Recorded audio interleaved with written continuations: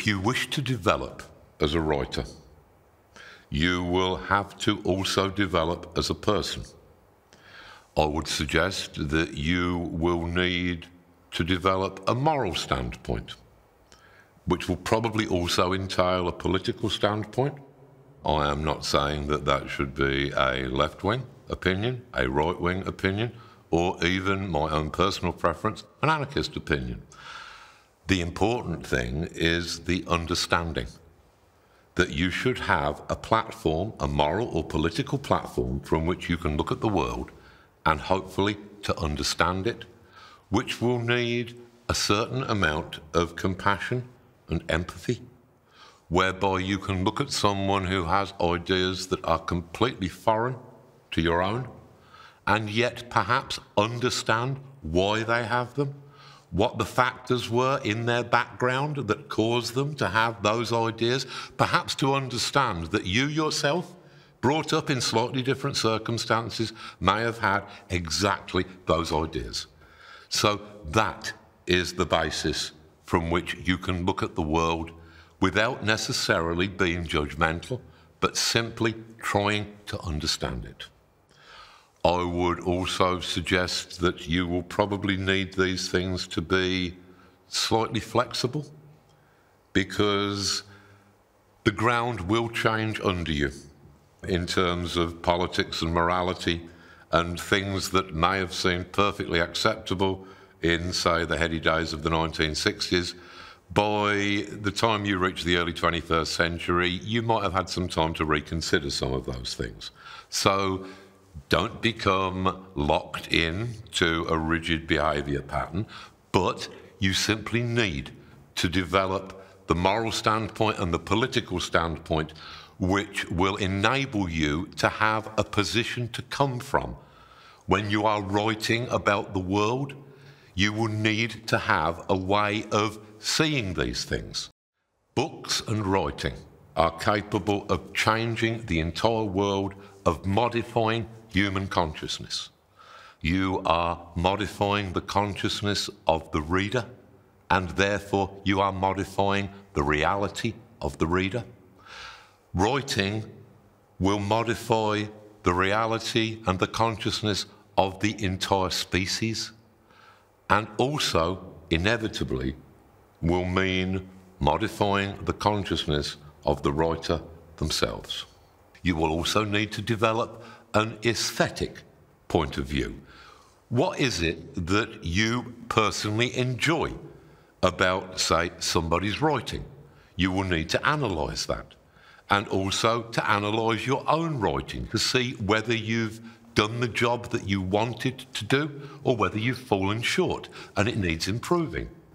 So essentially, what you really need, above anything, whatever kind of artist you wish to be, you need to develop a way of seeing the world that is unique to you, that can only come from your experience and your perceptions, and that is the basis that you can then turn into an energy that will fuel the rest of your writing career.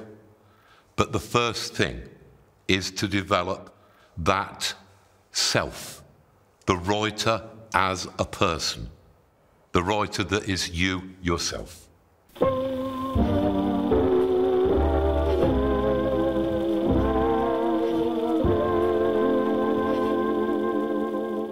If I am going to tell you how to be a writer, that will probably entail telling you what writing is, and that means telling you where writing comes from.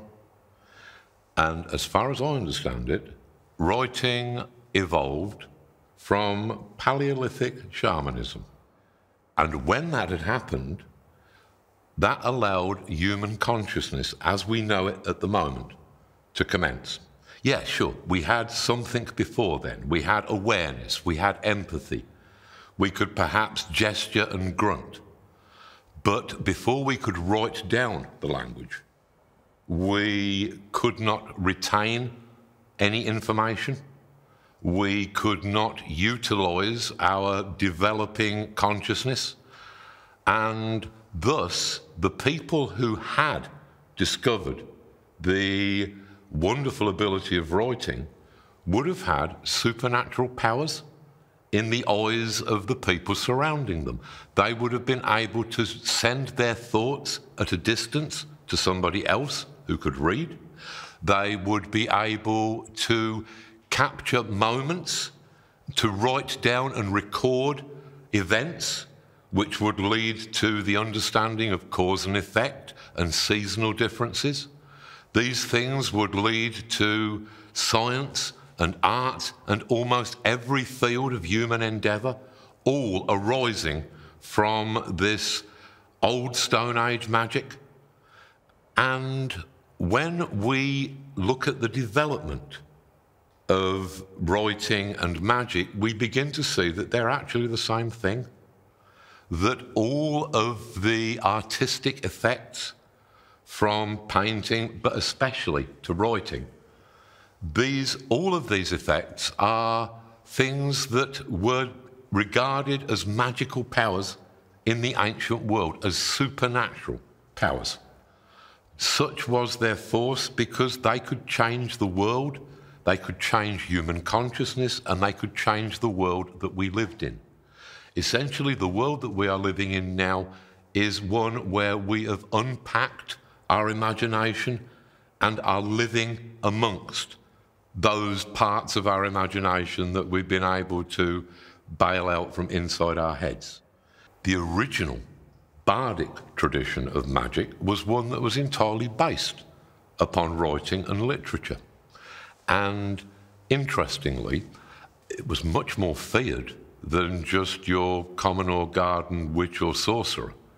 Now, if a magician puts a curse upon you, then your hens are probably going to lay a bit funny, your child might be born with a squint.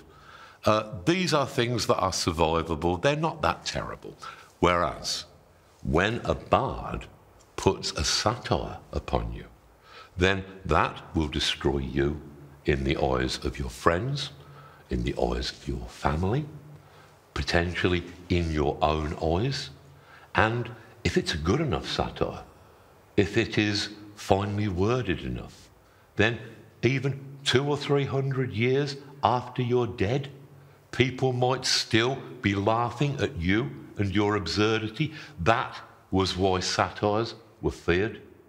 Now, the early gods of writing, the scribe gods, gods like Odin or Thoth or Hermes, these are also the gods of magic. And I don't believe that that is entirely a coincidence, that in my estimation, writing and magic are practically the same thing. So, I would like to think that the current generation of aspiring writers will not sell themselves short in this, that you should never think of yourself as purely an entertainer for hire who is lucky to have the work. You should try to remember the tradition that you are becoming part of. You should try to remember that a writer can change the world with their writing. Think of the books that have completely changed human history and see yourself in that light. Because if you are a writer, then the substances that you are handling, the things that you are juggling, you are having an effect upon human history and the entirety of the human future.